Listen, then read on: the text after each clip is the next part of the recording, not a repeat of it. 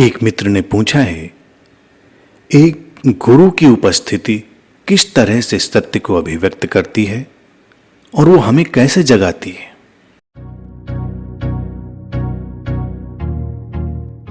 गुरु या एक बुद्ध सत्य को अभिव्यक्ति देने का प्रयास नहीं कर रहा होता है, वो अभिव्यक्ति और अनभिव्यक्ति से परे है।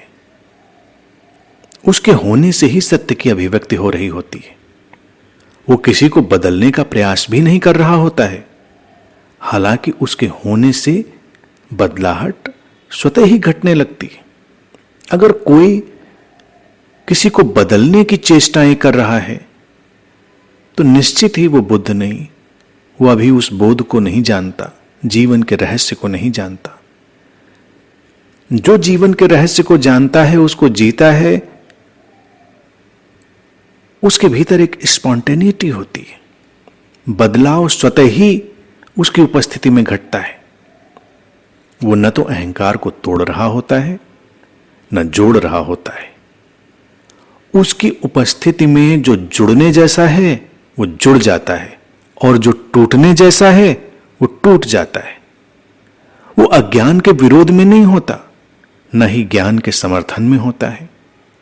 अज्ञान और ज्ञान एक ही प्रक्रिया की अलग अलग मात्राएं हैं।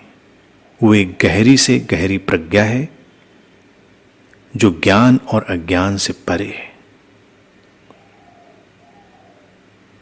जो गुरु है वो एक ऐसी इंट्रिंसिक विजडम है, गहरी प्रज्ञा है, जिसमें जितना भी ज्ञान और अज्ञान है वो सब तिरोहित हो जाता है।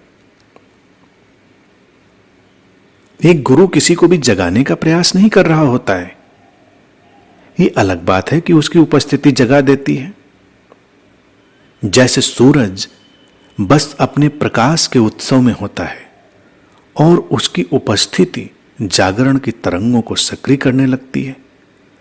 वो किसी कली को खिलाने के उद्देश्य से नहीं निकला होता है, लेकिन उसकी किरणों के संस्पर्श से कलियों में खिलावट सक्रिय होने लगती है, लोगों में जागरण की तरंगें पैदा होने लगती हैं, पूरी प्रकृति में एक करवट पैदा हो जाती है।